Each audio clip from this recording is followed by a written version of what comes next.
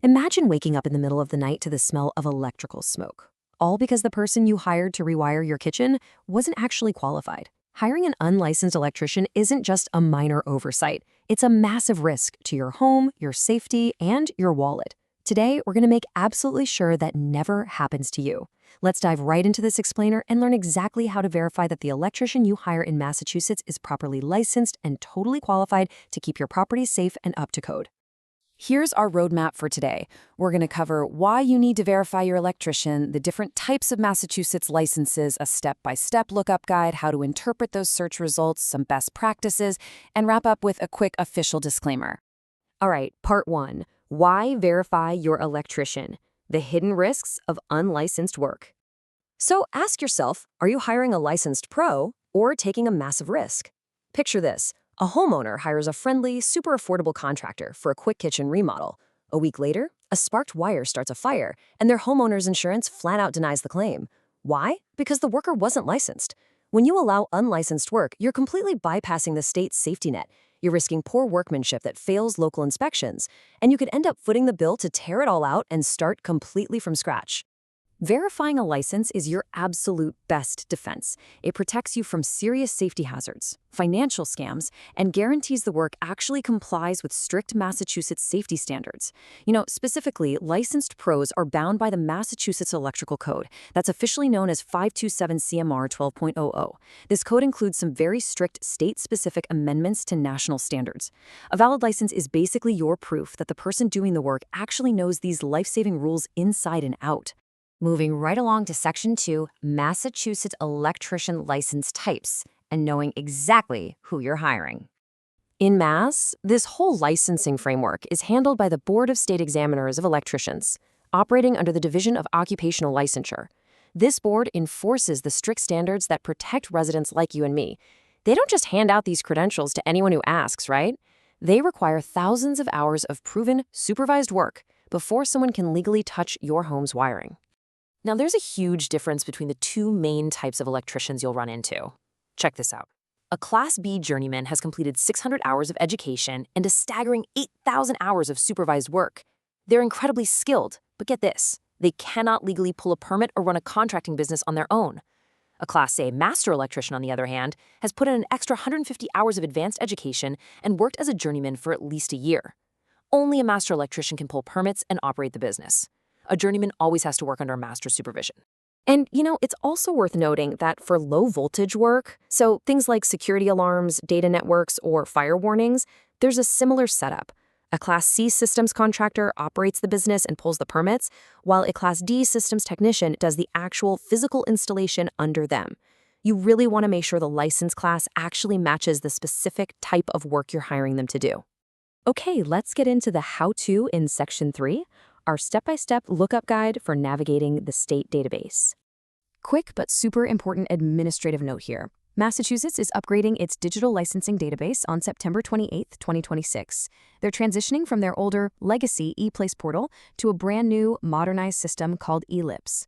So while the interface is going to get a much-needed facelift after that date, the fundamental steps to search and your right as a consumer to access this data will stay exactly the same. So when you land on the portal, look for the Search for a Commonwealth Licensee section. First thing you do is select Board of State Examiners of Electricians from the drop-down menu.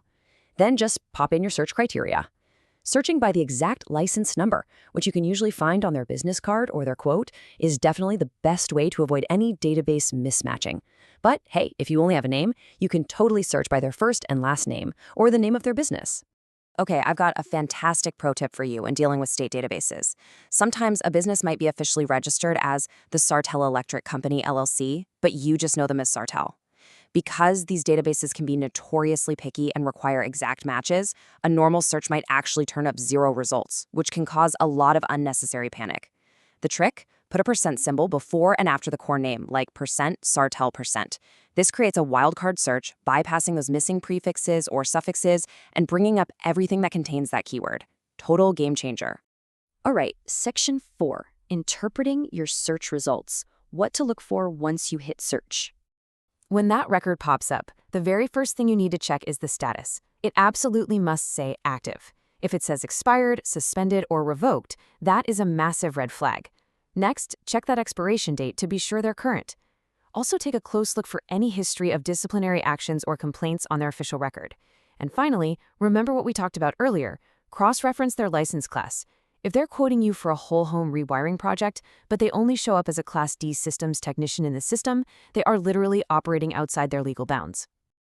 Let's move into Section 5, Best Practices and Resources to Empower Your Hiring Decision. You really want to empower yourself as an informed consumer. The easiest way? Just directly ask the contractor this exact question. Who is the designated master electrician pulling the permit for this project? It immediately shows you mean business. If a contractor stumbles over this question or tries to talk you into pulling a homeowner's permit instead to save a few bucks, walk away. Seriously, just walk away. That's a classic sneaky tactic used by unlicensed workers to shift all the legal liability entirely onto your shoulders. And remember, if you ever suspect unlicensed work, or if you run a search and things just look a bit sketchy, you don't have to guess. You can reach out directly to the Board of State Examiners of Electricians. They are quite literally there to protect the public. You can shoot them an email at electricians.board@mass.gov or just give them a call at 617-701-8786. They're super helpful and can provide certified license histories to clear up any confusion. Finally, Section 6, Conclusion and our official disclaimer. Please keep in mind that while this explainer is packed with details straight from current state regulations, policies, and digital portals, do evolve over time. Like we mentioned with that upcoming ELIPS database migration, things change. So always double-check your facts with the official Massachusetts Division of Occupational Licensure to ensure you've got the most up-to-date information before making a decision. So what does this all mean for you? It really just boils down to this. Taking 5 short minutes to verify an electrical license gives you absolute peace of mind. Think about it. You wouldn't let an unlicensed doctor perform surgery on you, right? So please, don't let an unlicensed worker operate on the central nervous system of your home. Will you make this quick online search a standard, non-negotiable practice for every future project? I certainly hope so. Thanks so much for joining me on this explainer, and stay safe out there.